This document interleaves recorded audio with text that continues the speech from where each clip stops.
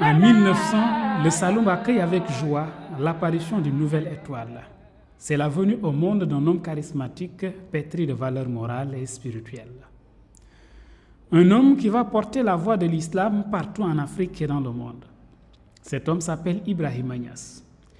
Ibrahima, c'est le nom qui lui a été donné par son père, Abdoulaye Niass. Mais quelques années plus tard, Baye et Cheikh al-Islam vont s'ajouter à son nom, ceci en reconnaissance à ce qu'il représente pour la Oumma et le combat qu'il mène pour le développement et la promotion de l'islam. Cependant, il faut reconnaître que ce n'est pas le fruit du hasard. Et pour le comprendre, il faut aller à Kossi, un village situé à une dizaine de kilomètres de Kaolack, où Cheikh Ibrahima Niass a lancé en 1929 la Faïda Tidjane. Un appel qui vient confirmer la légitimité de sa part dans la voix de Cheikh Ahmed Tidjane, fondateur de la Tariqa Tidjaniya. 3 ans après, c'est-à-dire en 1932, l'histoire se répète à Kossi Baye avec la naissance d'une grande dame, celle qui va servir toute sa vie durant l'islam et le Coran. C'est Cheikha Mariam Ibrahima Niass, plus connue sous le nom de Seyda Mariama Niass.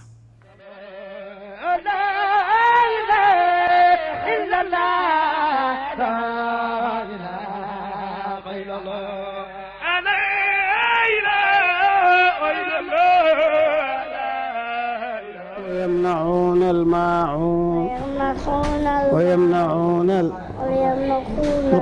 ويمنعون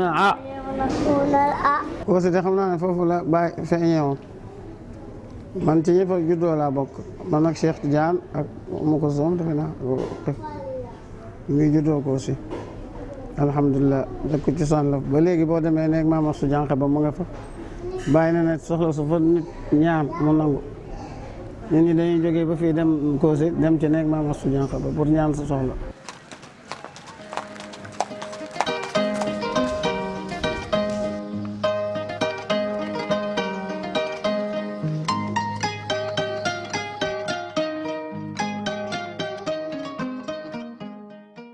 Baye dafa daan dem ak a ñëw rek da ko fa waaye nag Kaolack laa yaroo foofu ci Niassène sama yaay fa la dëkkoon kanam mu ngi foofu ba léegi ci bay jaabi tal bi Fuur la.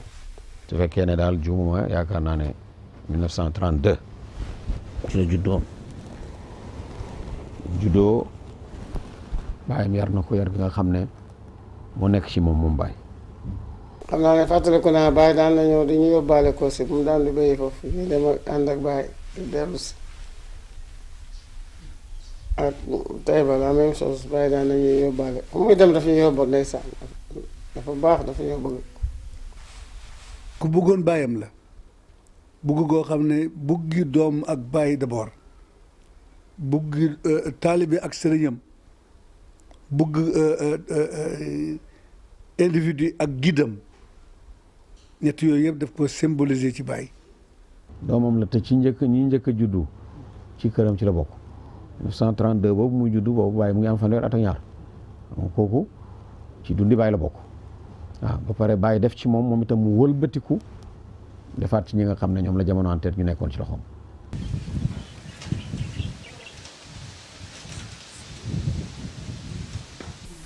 Seyda Mariam mu ne ba mu juddoo jaayam fa maa foofu ba ma dikk mu ne ma sama doom jëkkër dimbale ma ci ndax du ma xam te di ko boot la mu ne tax ma ko bu ko bambaaneel mu ñëw wax ko sama maam mu ne ma ah loolu ki sawar naa ci ma dem su ma xëy rek dem bu ndekkee ma fa indi si suñu kër waañ jotee ma fab yóbbu ñu xaañ ma jël indi xaar ba mu feer bàyyi na ma kii sa rakk la gannaaw yow mii na la yaa ko xamee woon na nga ko miisal. Seyda Mariama Niass va passer son enfance, ensuite son adolescence à Kaolack, dans une période difficile marquée par de multiples crises dictées par les affres de la Deuxième Guerre mondiale. Alors, le Saloum, connu pour sa forte production arachidière, n'a pas été du tout épargné. Mais ceci n'a aucune incidence sur la vie de l'enfant qu'était Mariama Niass, puisqu'elle est entrée à l'âge de 5 ans à l'école coranique, conformément aux vœux de son père et guide spirituel, Cheikh al-Islam.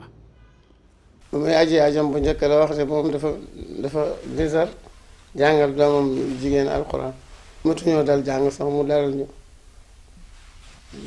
ba mu dellu si fekk ñu ci jàmm jox ñu benn naar bu ñuy wax Mouhamadou Lo Rabbaani nga xam ne moo daan jiite naafila fii ay doomam di jiite gannaawam ba léegi sëtam moo fi jiite kooku moo ko tareloo alquran ci anam gu wér a wér ba mu tare alquran baayam def ci moom itte jàngal ko xam-xam ba def ci moom itam xam-xam bu wér boo xam ne mën naa jëriñ képp koo xam ne jigéen nga wala ngay góor sax te xamul. Seyda Mariama Niass n'a pas mis trop de temps pour mémoriser le Coran. Il faut aussi comprendre que ce n'était pas du tout facile, surtout pour une fille à l'époque. C'était aussi un grand honneur pour elle et sa famille. ñoo ma jàngal ba ma mokkal ko ma tare ko ci kanam mbooloo ci minal baqara ilal naasi guddi gu jot buñ jullee gee la bàyyi di oote lëj na bi ñu ñëw toog lëj na mooy commission ñu ñëw toog di ma déglu ma tari 2 fukki xisib ci guddi ci kanam seede yi guddi gu njëkk gi guddi ñaareel bi ma tari 2 fukk guddi ñetteel bi ma tari 2 fukk mu jeex fanweer juróom benn fukk mooy alxuraan alhamdulilah. Iyyaka na'budu wa iyyaka nasta'iin.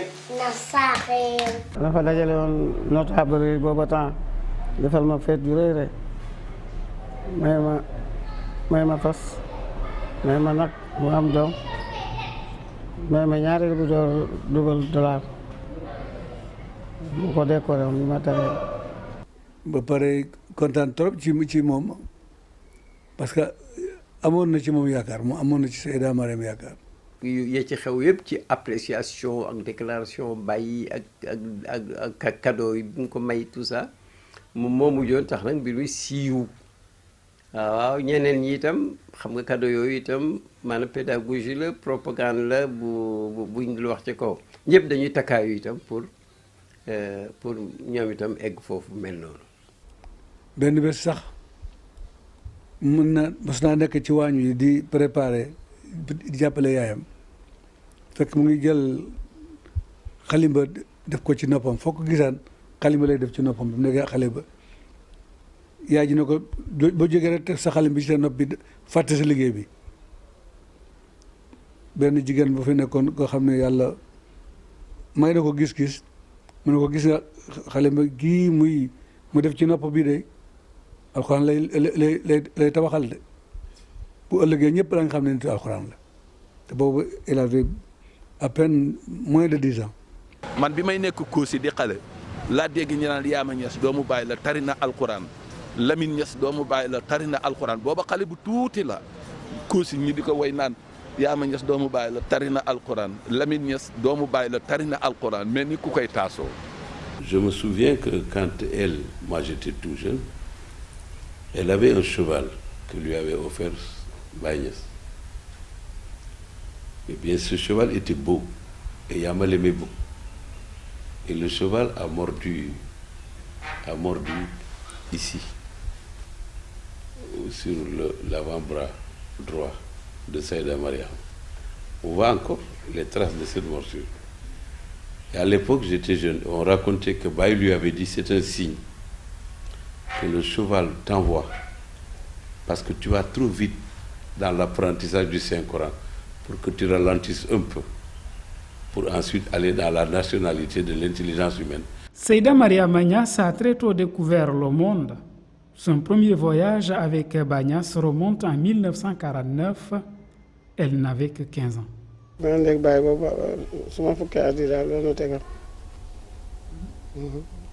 defoon naa fukki at xam naa dina am lu ci tege yooyu boobu laa commencé di ànd ak bàyyi fu muy dem yóbbaale ma su ma tànkam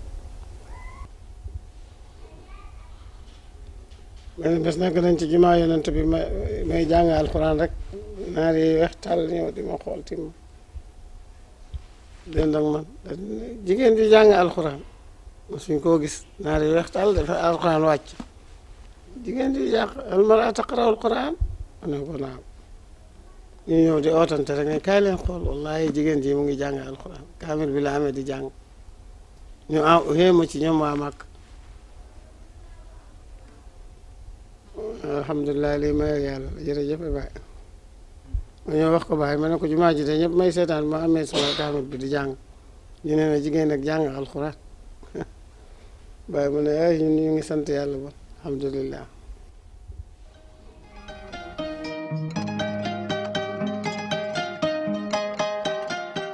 En 1952, Seyda Mariama Niass rejoint son domicile conjugal après son mariage avec El Hadj Oumar Kane, grand notable, ami de Baye Niass.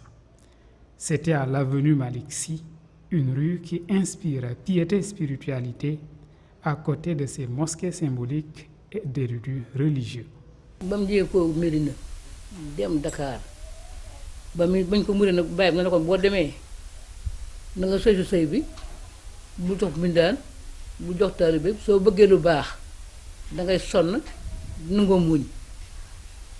ma agsi rek sama guddi naa jël njël ci saa si ñu defe ni mënu fa dara waaye ba ma toggee dañoo mujj di yónnee seen xale yi ñëw toog sama wet de xool na may composé alhamdulilahi rabbil alamin.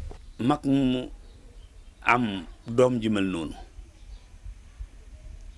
daal di jël ko dénk ko nit ginnaaw bi mu ko dénkee yàlla loola du doon programme boo xam ne day taxawal lim doon def déedéet au contraire da koy war a yokk.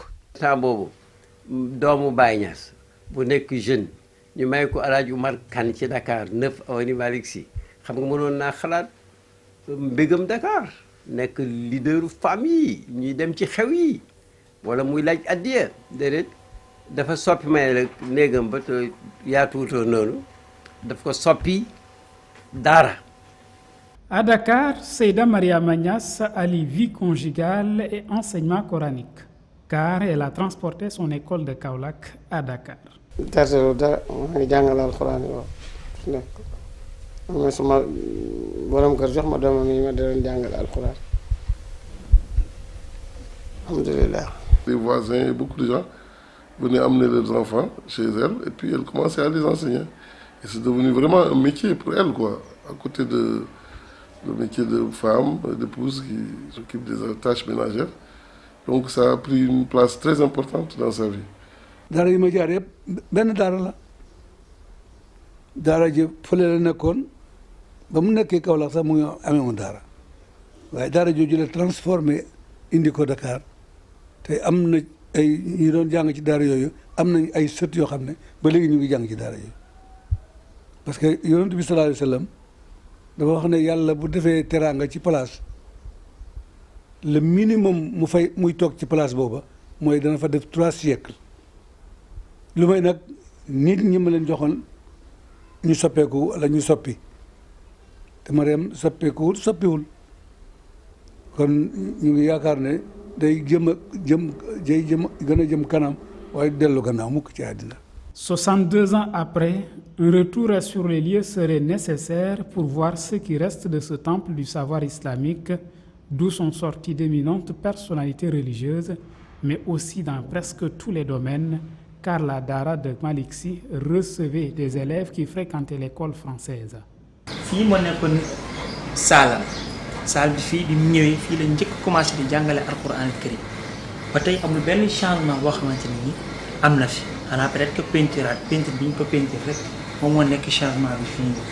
tàmbali neexul de dafa jafe maa ngi doon jàngale sama nekk xale yi léeg-léeg ñu bëri ba ma génn ci perron bi bu ñu feesee ma génn ci buntu kër gi sama borom kër dafa amoon bureau foofu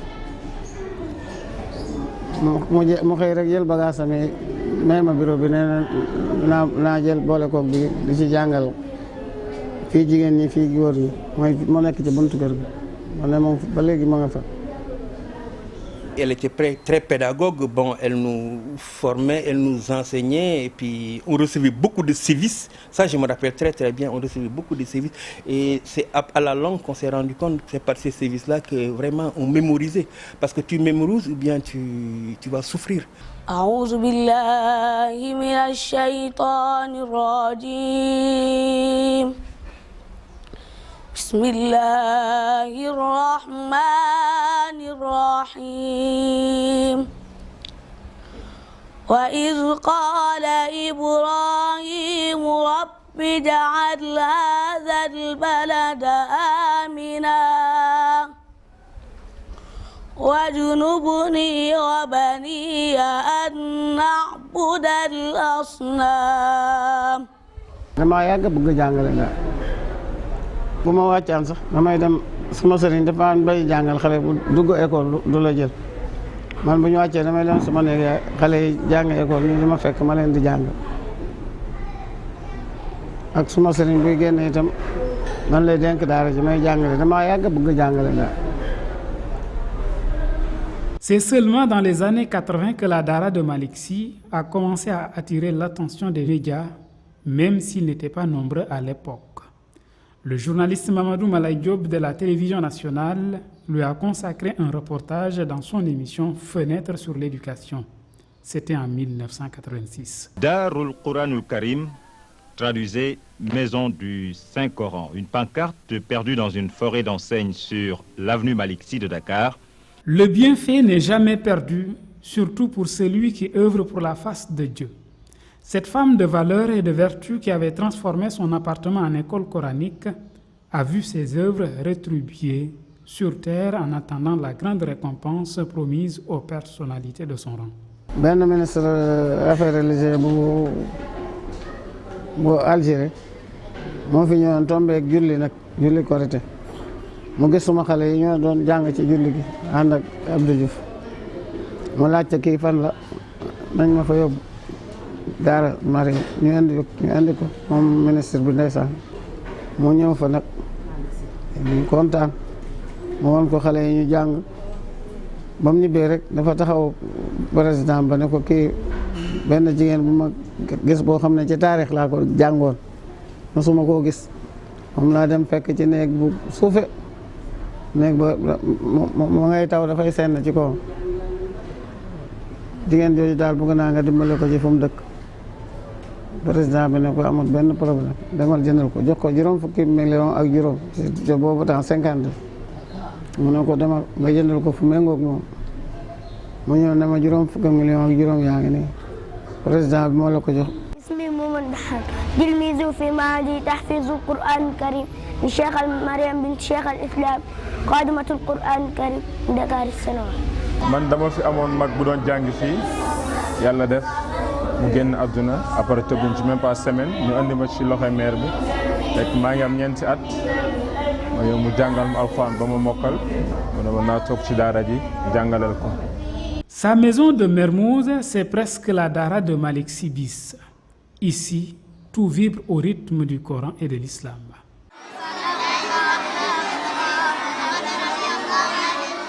Pour étendre ses activités et son enseignement, Seyda Mariama Niass n'a jamais attendu d'avoir les moyens de sa politique.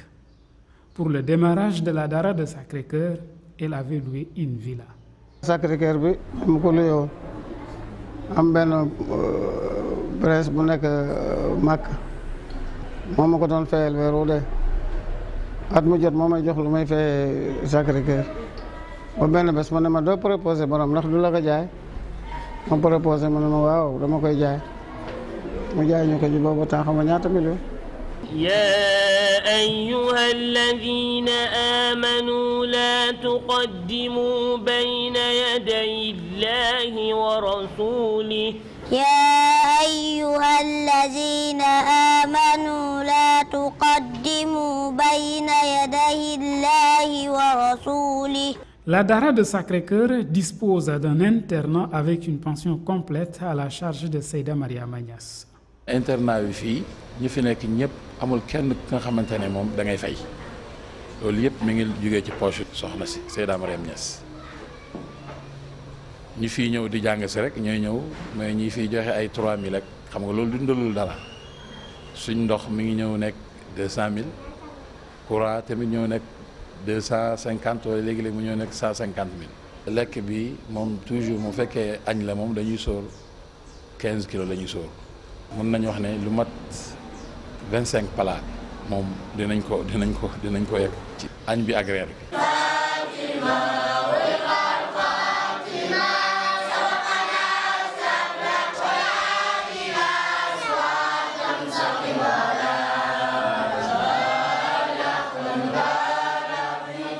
Seyda Mariama Niass a des rapports privilégiés avec le Coran.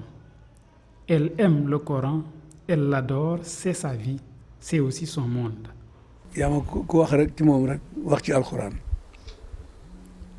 nit la koo xam ne alxuraan la yàlla def ci boppam mu dégg ko ba am na benn ambassadeur wu Algérie mos na ma fekk Jeddah ñu bokk ci benn réception boobu maay consul général ba foofa ñuy waxtaan ba mu ne ma man daal am na benn jigéen boo xam ne impressionné na ma dafa ma fàttali benn taarix ba ma jàngoon ci téere yi am jigéen boo xam ne dafa nekkoon ak alxuraan ba nga xam ne lu muy tontu sax alxuraan lay tontoo ba man mën naa oo ndaw soosu Seyda Mariam boobu tuddee ko al mar'atul mutakallimatu bil Qur'an mooy jigéen joo xam ne alxuraan lay waxee. baatu Mariama daa am lu muy tekki boo ci tegee Sawda daa am lu muy tekki wala fi naan Sooda ko xam loolu boo déggee ñu ne ma ngay liggéeyal alxuraan du la bett xaadima mooy koo xam ne fuñ la séen ngay dox ci alxuraan ngay dox benn yaa ngi koy jàngale mbaa yaa ngay wujji mbooloo mu woote wala yaa nga toog di ko nafar wala yaa maanaam fuñ la fekk rek yaa nga ci moom. mais ma xalimatu xuraan la parce que xitma na alxuraan ñim ko mokkal loo ñu tari ko mokkal ko dañu bari ci góor ak jigéen ci ay nit ñoo xam ne sax yàqalu leen seen école publique ñu dem ba doctorat après. Baay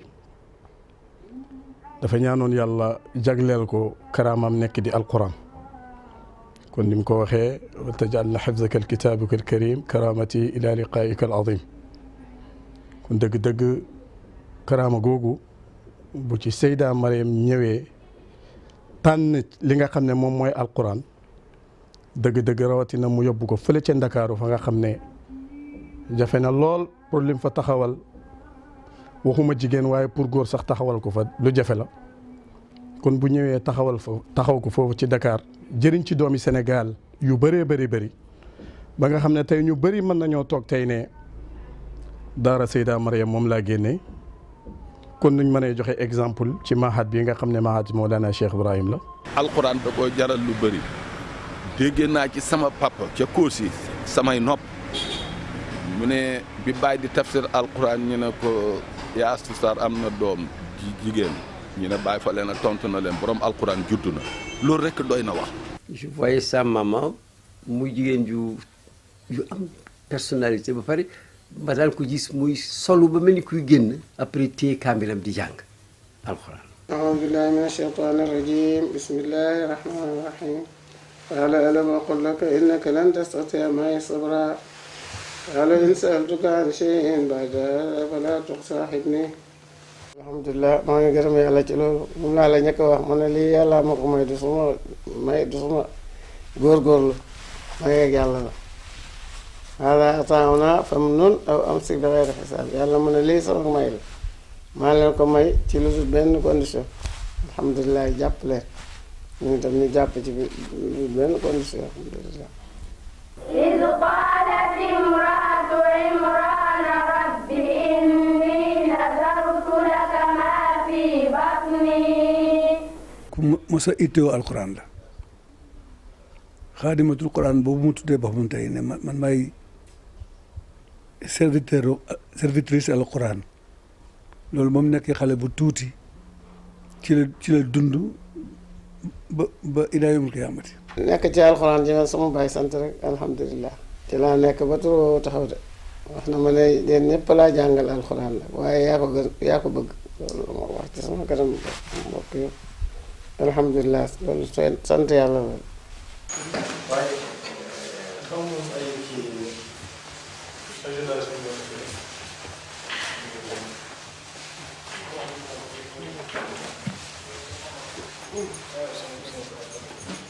Seyda nit la koo xam ne bu la yàlla booleeg moom foo em rek yaa fa emale sa bopp ci moom.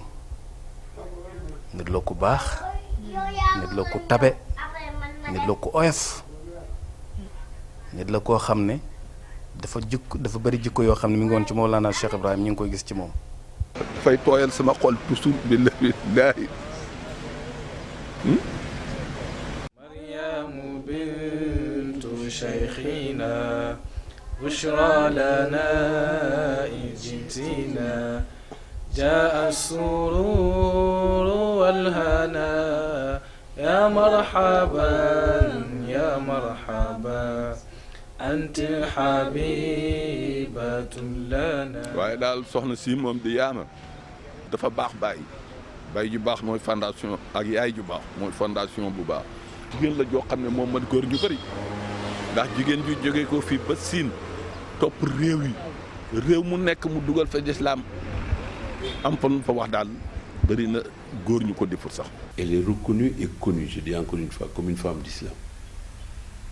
Sa notoriété et ses actions dépassent les frontières du Sénégal et même de l'Afrique. Si vous trouvez Hadja Mariama Yaboy Seyda à la Mecque et que vous voyez comment les Séoudiens la traitent avec respect, avec considération, avec affection, c'est là que vous entrez dans une dimension la plus grande, la dimension islamique. li naari Mauritanie wax ci moom mooy dëgg nee nañ ko waristil xalila waniltil jada wa xusti min al faydi agla xula ñu ne ko donn nga sa baay donn nga xalil fayda bi bi gën a rëy moom la donn ci baay.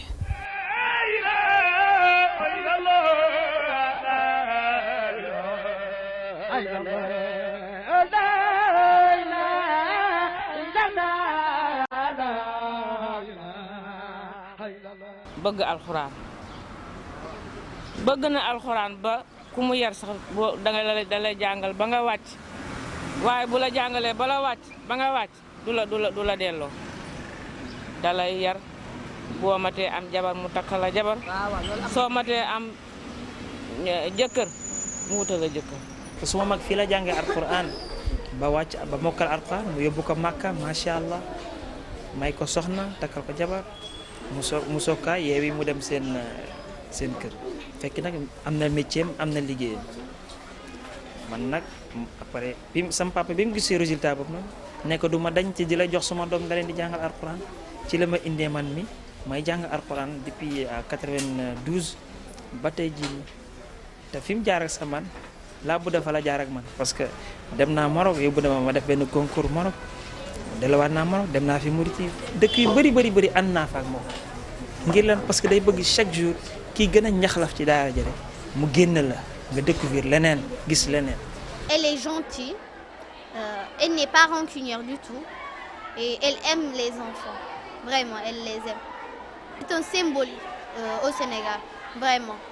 nit la koo xam ne dafay dund ci yàlla ba nga xam ne boo xoolee nit ki sax boo ko xoolee sax xam ne kii nekku fi. Seyda, c'est une autre dimension.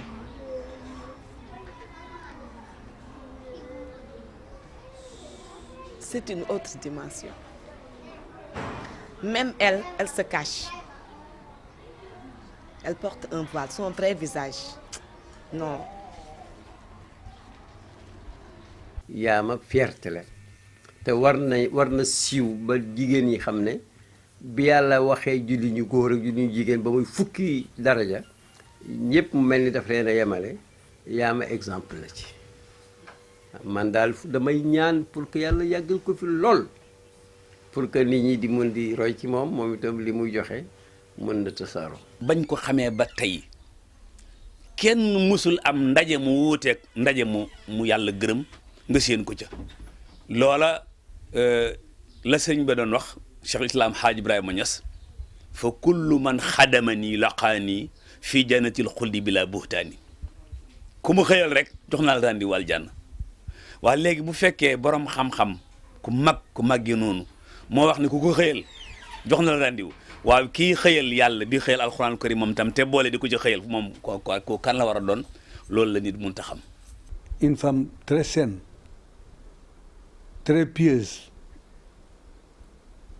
et très dégourdie aussi. bàyyiwul góor ñi dara lépp lu góor ñi def rek mu ngi ci biir. Il a une force morale qui est indescriptible parce que maintenant si vous allez avec elle voyager, elle est infatigable, peut-être maintenant avec l'âge. Quand elle est préoccupée par un dossier, elle me dit, on reste pendant toute la nuit, on ne dort pas. Écris cette lettre, fais ceci, fais cela. C'est elle qui m'inspirait et moi j'exécutais.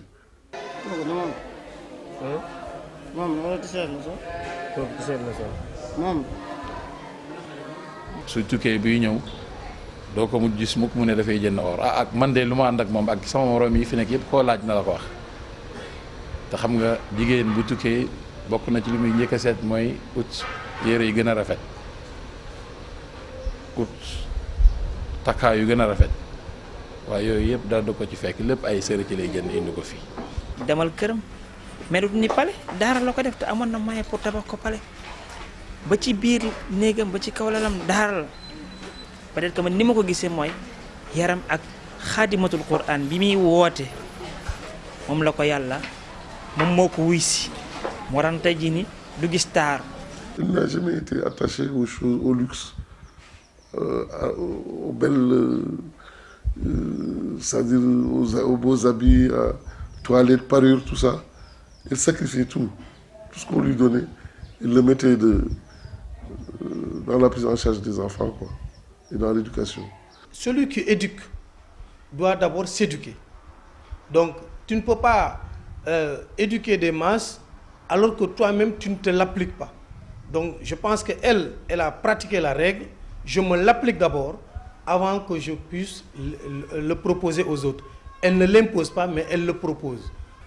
Maymuna yaa ayyuhal banaatu zaaximna ilaa naylil ulaa amma bi ibdaanil falaa yéen suma doom yi jigéen raji loo leen ci jëm ci am ak kowe waaye waxuma raji loo yaram ak feeñ ak sañse ak xàppati ak maa fi dàqale maay doomi bàyyi ak lii la di ko wane ci yaram loolu waxuma ko de raji loo ci am kowe waaye du ngeen rëpp loo seen mbubb yi di ko xàppatee ak léegi la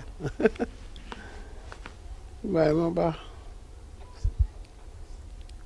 Seyda Mariama Niass a fait presque le tour du monde pour porter très haut la voix de l'islam, propager l'enseignement du prophète Mohammed sallallahu alayhi wa sallam. C'est également une manière de suivre les traces de son père, Cheikh al-Islam, qui lui avait déjà tracé la voie.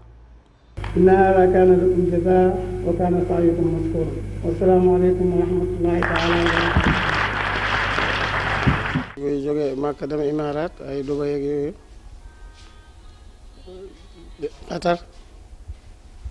Qatar jabari boor bi suma xarit la benn bakkat buuru Qatar bi Abu Dhabi itam ba ma demee jabaru Cheikh Fatima jabaru Cheikh bi daf maa ñaan ne ma naa ñëw naa toog fii di ma jàngal alxuraan ma ne ko yàlla dafa ne xubbul watan min al iman bëgg sa réew ci gëm yàlla la bokk man nag sama réew ma gënal toog fa ma gënal fa moom yow boo amee doom yi jàngale boo ko indee dinaa leen jàngal ba ma ne naa la utal kenn it ma ut ko andi waaye man ci sama bopp man sama réew rek laay toog di jàngale ko bëgg sama jàngale fekk ko foofu ñu ne waaw man nga ñëw utal ma ne ko waaw bu rafet sax ma utal leen benn naaru gànnaar ku ñuy wax man suura. Elle a également participé aux plus grandes rencontres mondiales consacrées à l'islam et au Coran. À l'occasion d'un voyage en Arabie Saoudite, elle a été invitée à la télévision nationale en compagnie d'un de ses élèves, Ali Kharazim, actuellement enseignant et imam en France. أعوذ بالله من الشيطان الرجيم بسم الله الرحمن الرحيم. Ces voyages en Mauritanie étaient beaucoup plus fréquents vu le nombre de talibés et d'admirateurs qu'elle compte dans cette république islamique. À 82 ans, Seyda Mariama Niasse ne se couche jamais avant minuit. Parfois, elle reste jusqu'à la prière du matin. Nous l'avons pu constater de nous-mêmes à l'occasion d'une nuit qui nous paraissait assez longue avec elle dans sa maison à Kaolack. Ici, le temps de Khadimatul Qur'an est partagé entre l'enseignement du Coran, la lecture, mais aussi les causeries familiales. Moussa am na yàlla wan ma sa bopp ma gis la yàlla wan ko dafa xam moom xamee nag mu ne subhaanaka tudd naa sa màggaay yow yàlla ak sa sell seedeel ma ne maa ngi bokk ci jullit ñi. As-salaatu xayrun minan nawm. Allahu akbar, Allahu akbar. Laa ilaaha illallah. Jugal jiite fee ñu ngi julli. Allahu akbar.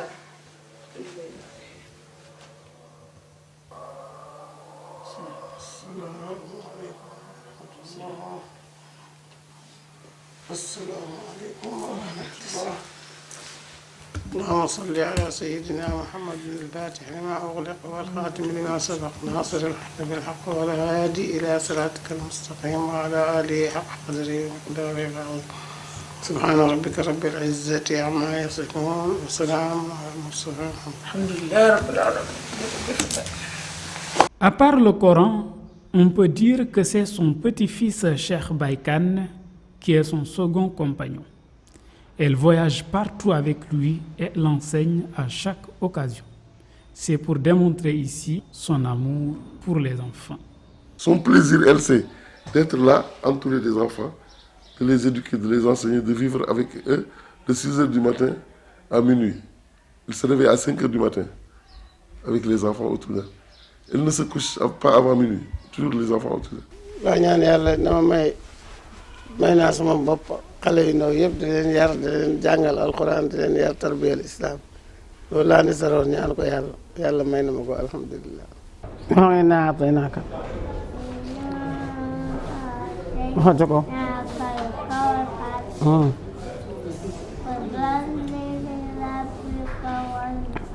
waaw. De conquête en conquête, Seyda Mariama Niasse gagne du terrain. C'est ainsi qu'elle a pensé déjà dans les années 80 de mettre en place un institut islamique qui sera le prolongement et la continuité de Darul Qur'an al-Karim. À partir de 1982, elle avait déjà des ambitions et un projet de créer un institut islamique assez grand comme celui-là. Déjà, elle avait cette vision, quoi. Très longtemps. Elle avait même appelé un architecte, lui dire de concevoir et tout ça. li tax ma def école bi damay def bu ma jàngalee xale yi ba école tëjee rek ma toog man kenn ci ñoom xale yi yëpp ñu yóbbu doom yi école man amuma ko may jàngal ba wala feet wala kii ci laa ne sax ñaan Abdou Diouf terrain ma may ma terrain boobu ma def ko sama daara. Quand le président Abdou Diouf est devenu président du Sénégal, son premier voyage était au Saloum. Donc à l'accueil, ma mère en tant que fille de Baye Niasse, naturellement, elle est allée avec ses élèves à Taïba pour l'accueillir, quoi. Et là, les élèves ont lu le Coran et le président était vraiment impressionné, quoi, Abdou Diouf. Et au retour à Dakar, elle a demandé à le rencontrer, il a accepté de la recevoir, puis il lui a demandé les nouvelles de l'école, quoi. La maman lui a dit, ben, l'école, ben, c'est ma maison, c'est mon domicile, mon foyer qui me sert d'école. Il dit, à quoi ton foyer? C'est pas possible, non. Avec tous les résultats auxquels vous êtes arrivés là, il dit voilà, il en est ainsi. Donc il lui a dit bon, ça va changer quoi. Je vais vous aider et vous appuyer. ay nit ñu bari nag dimbale nañ ma ci tabax bi ci Màkka ay buur ndax bi ma ko mayee def ne ma comme Baye am na ay nit yu bari ci bitim réew te ma laa defal lettre recommandé nga dem seeti leen moom la ma defal ma seeti leen. Finalement, pour compléter tout, en 86. Et là, la maman a fait la pose de la première pierre de cette école. Mais il a fallu attendre en 94 pour que l'école démarre. En ma qualité de déclarant responsable, je me suis engagé à me conformer à la réglementation de l'enseignement privé, à appliquer les horaires et programmes, à me soumettre au contrôle des inspecteurs et de médecins, à transmettre aux autorités responsables les rapports statistiques et un rapport annuel. L'école a démarré avec 6 classes au départ. Bon, nous, on a introduit l'enseignement coranique parce que c'est le domaine de la maman, c'est sa spécialité. Donc elle maîtrise très bien, elle a formé beaucoup de gens. En plus, elle a eu des professeurs mauritaniens, égyptiens qu'on lui a envoyés régulièrement. Donc elle en a profité pour introduire cette expérience. Elle est la première qui a introduit l'enseignement religieux au niveau de l'école française. Parce que ici, la dominante, c'est l'enseignement français, il faut le savoir. C'est une école reconnue par le gouvernement qui applique les programmes officiels. Mais à partir de 1994, on a introduit le Coran et l'enseignement islamique. Je suis venu dans le cadre de la coopération culturelle entre la Mauritanie et le Sénégal. La Mauritanie est toujours présente dans les activités culturelles au niveau de l'enseignement au Sénégal.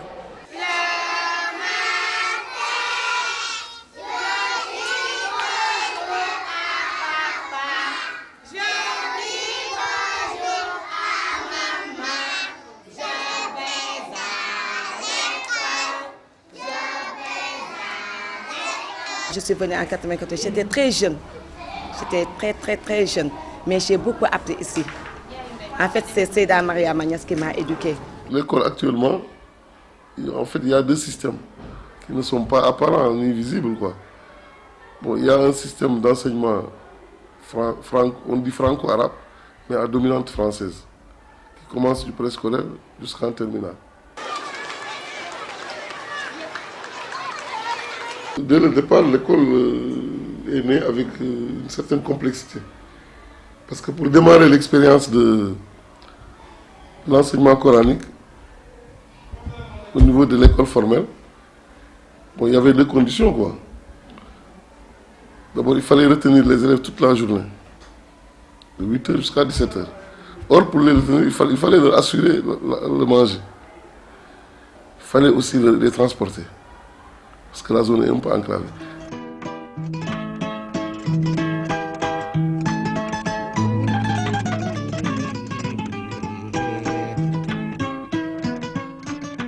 Chaque jour, on consomme 120 kg de riz. À peu près une quarantaine de kilos de poisson, de viande, et ainsi de suite. Donc on a fait un budget en fonction duquel on met au moins 1200 repas à la disposition des élèves. alhamdulilah doon toggal xale yi duñ xiif duñ manqué de xale yi bu ñibbiyaan sax seen kër mais dooru bi dañuy wax ne yaay na yóbbu ci dañuy dem école ñu ne ko école tey jànguñ mu ne ko yóbbu ma añi bokk mu ne ko jànguñ togguñ añi tam muy jooy ne ko fa nga yóbbu ma ci école ma añi mu ne ko xakaay ma yóbbu la bokk ci daara ji yaay booy indil ma ko.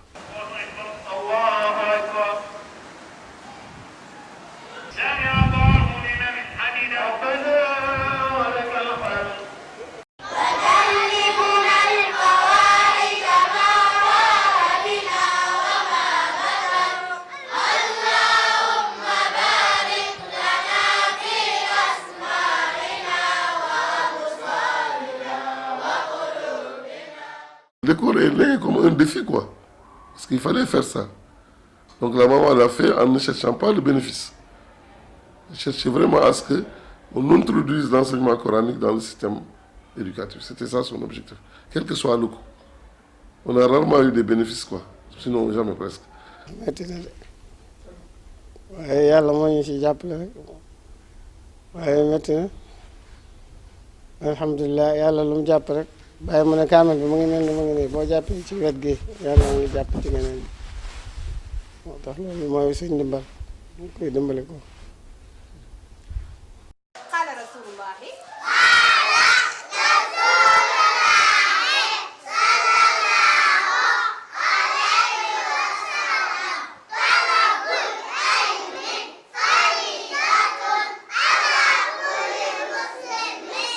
dëgg yàlla taxawaayam ci école bi rafet na jàppale nañu bu baax a baax a baax a baax surtout ñun jàngalkat alquran yi ñi ngi liggéey bu baax nekk ak suñu collègues yi ñi ñuy jàngale français ak ñuy jàngale alquran mënoo cee xàmmee kenn ak moroomam ñun ñëpp fii benn lañ yaa booy ñëpp lay jàppale xam-xam rek moo ko ñor ci àdduna.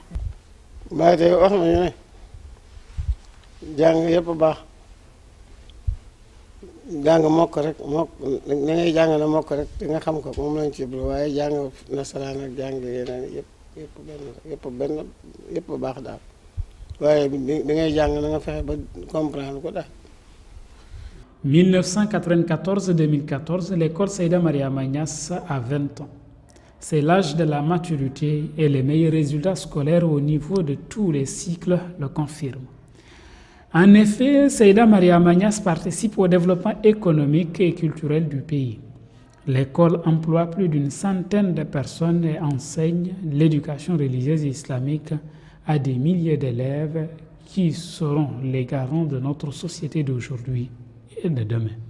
daara ñett ñi kenn mënu ko cee wuutu def ci nit ki ak njàmbaar def ci nit ki ak doylu def ci nit ki aw fit ñett yi daara kenn mënu ko cee remplacer Seyda Mariama na ko yàlla gën a sàmm xam na loolu te itam ci loolu la màgg ci loolu la gimmi ci loolu la nekk te mosu ci jóg ndax minal mahdi ila lahdi la yontu baxoon alayhi salaatu salaam bi ñu la leewoo di la tudd ba bi ñu la leewoo di la rob bu fi jël bind. Une bonne éducation doit être, n'est-ce pas, doit avoir comme fondement les valeurs traditionnelles, les valeurs sociales, n'est-ce pas, qui sont les valeurs religieuses, qui sont les valeurs publiques, n'est-ce pas. Alors donc c'est en ce moment que l'on peut, n'est-ce pas, parler d'éducation nationale.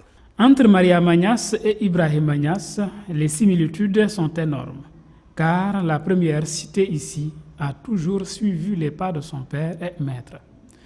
Comme les surnoms Baye et Cheikh al-Islam qui ont été collés à Ibrahima Niass, Mariama Niass se fera à son tour appeler Khadimatul Qur'an et Yaay Boy. La fille de Baye Niass accepte d'être la mère de tout le monde. Ndey la liñ koy wax yaa booy moom mooy yaa booy pire li ñuy wax baay baay ci maqaame mi ñuy wax baay baay moom mooy yaa booy. su tëddee ci lalam nag balaa muy wàcce tànkam yi bàyyi rek la waaye bu wàccee tànkam yi nag ba jug ba toog rek mu nekk Seyda Mariam waaye bu nekkee ci lal bi moom bàyyi la bàyyi lay doon. Cheikh Mariam sama yaay te ñu bokk ndey ak baay damay wax toujours avec fierté ne man Seyda man xamuma sama yaay Seyda laa xam damay wax ne lépp loo xam ne mu ngi ci man rek Seyda ko ci def. Je lui dis souvent, tu es ma grande sœur, mais tu es aussi ma mère. Voyez-vous. Quand je suis venu à l'université de Dakar, j'avais 19 ans. J'ai resté 7 ans au lycée fédéral de Saint-Louis pour faire mes humanités. J'étais à la cité universitaire. Quand je tombais malade, eh bien, c'est Adjayama qui venait avec ses enfants, à l'époque c'était Bounou Maria Sikan, pour m'apporter le ngourban avec lequel on me soignait, le jus de citron avec lequel on me soignait, parce que j'étais souvent appelé à recevoir des crises de paludisme. Eh bien, elle me soignait. Ma mère était à Kermadjavel. C'est elle qui était là, à la fois la sœur et la maman, et qui me soignait. Vous savez, ce sont des moments qu'on n'oublie pas.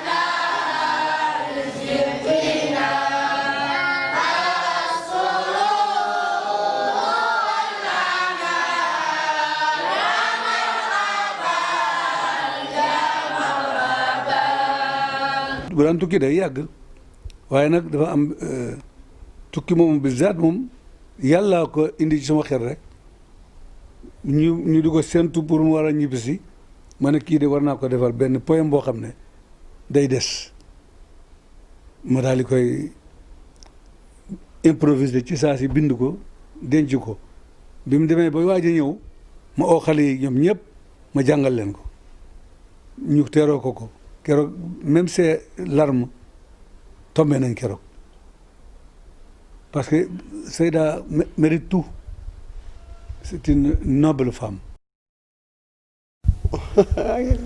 touché na moom trop ñun ñëpp ñoo touché wu dara dafa dugg ci sama xol dugg ci xol yi ñu koy dégg xam nga loo xam ne dafa jógee ci yàlla bàyyi ma ne lu jógee ci gémmiñ romb gémmiñ gi rek ci la yem waaye lu jógee ci yàlla jógee ci nopp jógee ci xol ci nopp lay jaar xam nga kontaan noonu naa xatta ñaanal Mouhamad Lamine suma rakk ji mooy yàlla yàkkal ko fi mu yàgg fent ci barke alxuraan maa ngi koy gërëm di ko sant di ko ñaanal yàlla may ko fan bu gudd. Panafricaniste convaincu, Seyda Mariama Niass a enlevé toutes les frontières entre les pays africains et les barrières linguistiques. Chez Seyda Mariama Niass, on parle presque toutes les langues africaines. Ici, l'intégration est une réalité. ndono la boo xam ne dafa fekk baayam nekk ci mu nekk ci ndax baay fu mu nekk dëgg-dëgg làkk woo fa làkk rek ñu tontu la ko loolu nag feeñ na ci pays baay bi tey boo fi ñëwee amul benn làkk ci làkki Afrique yi boo fi mën a wax lu may da nga gis koo xam ne mu nga taxawee làkk woo mën la ci tontu. Seyda ba dafa ñëwoon Ghana boobu ñu ngi nekk lu tuuti sama maam ne ko ndax di nga ànd ak kii nii mu ne ko waaw mu ne ko ma ne ko dina ànd ak moom mu ne ko xam nga ko ma ne ko ah xaw ma ko waaye xam naa ne ku baax la mu ne ma boo demee doo gis sa yaay doo gis sa papa doo gis sa seen ndey mu ne ko ma ne ko waaw mun a ànd ak moom.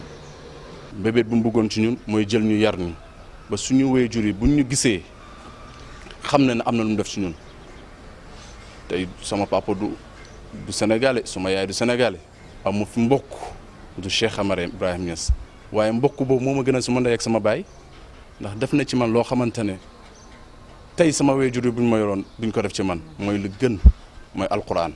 bu ma nekkee xale bu ndaw ba léegi moo ma yar man ak sama papa ak sama yaay fi lañ nekkoon ñu ngi jógee ba Togo ñëw fii ba may nekk lu ndaw laa fi ñëw mu jàngal ma alquran yóbbu ma ci école ma jàng macha allah arab may ma jëkkër may sëy maa ngi sëy ci kër bi fii. Gaana laa juddu am na fi ñi fi nekk ñoo xamante ne Nigéria lañ juddu yu bëri ay nationalité yu bëri mu jël leen uuf leen di leen jàngal wax dëgg yàlla mat leen yaay ak baay tamit wax dëgg yàlla jàngal ñu lu mu waree ñu jàng ko jàng bu normal ba fu ñu génn ci àddina bi naar yi dañu laaj sa yéen fan ngeen jàngee noo leen def ba mën alquran. أعوذ بالله من الشيطان الرجيم بسم الله الرحمن الرحيم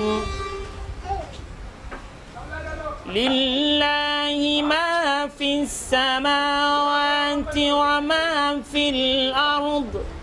Entre l'enseignement et Seyda Mariama Niass, c'est une vieille histoire. Elle a très tôt eu le flair, ce qui fait qu'elle a des méthodes pédagogiques extraordinaires dont elle seule a le secret. Alhamdulillah. Alhamdulillah. Rabbil alamin. Ar-Rahmanir Rahim. Ay la ngay def.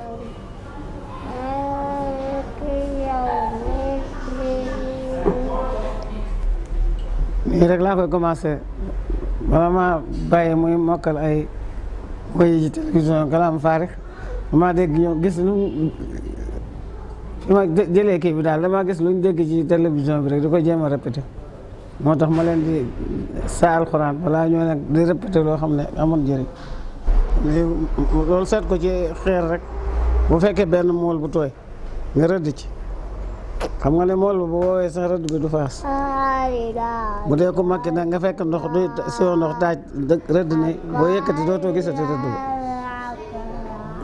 xam nga li ma comprend man gis naa système bi muy doxale mooy bu ngoon a ñëwee danañ ko fexe bam bokk ci famille bi maanaam bokk ci daara ji loolu laa bëgg a wax fexe bam fer i ji xàmmee araf ak morom ja ñu commencé koo taawidal te mooy muy boole bu tollee foofu ñu commencé koo dugal ci xismu tahfiz mu tàmbali mokkal jëm kaw donc ñoom système boobu la ñuy doxal te système la boo xam ne bii soo demoon ba bàyyi it da nga yóbbaale dara te mooy da nga yóbbaale foo gisati alxuraan liir da nga yóbbaale fu ñu la joxati jukki nga jël.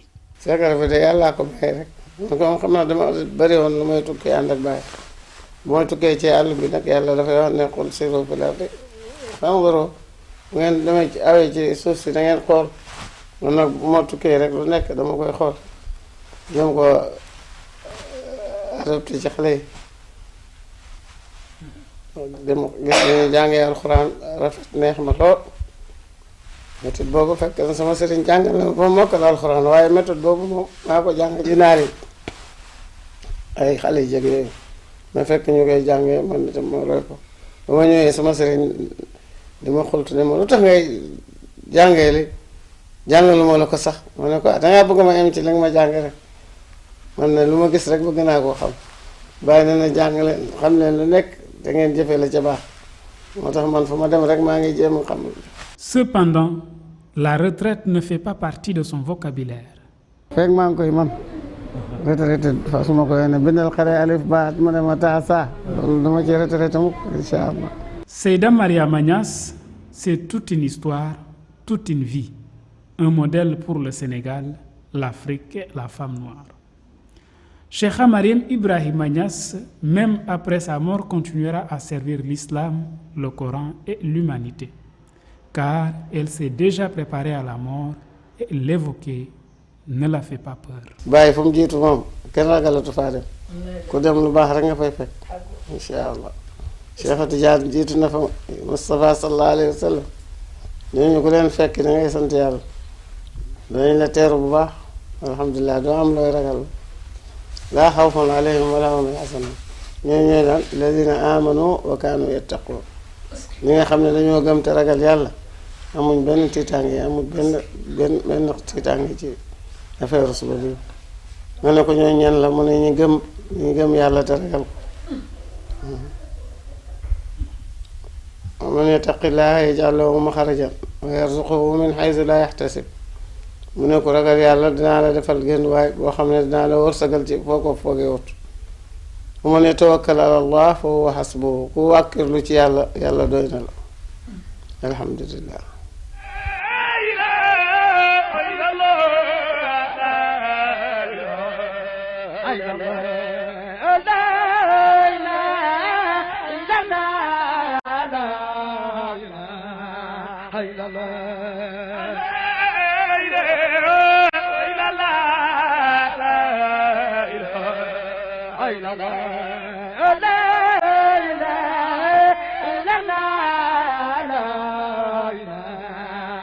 la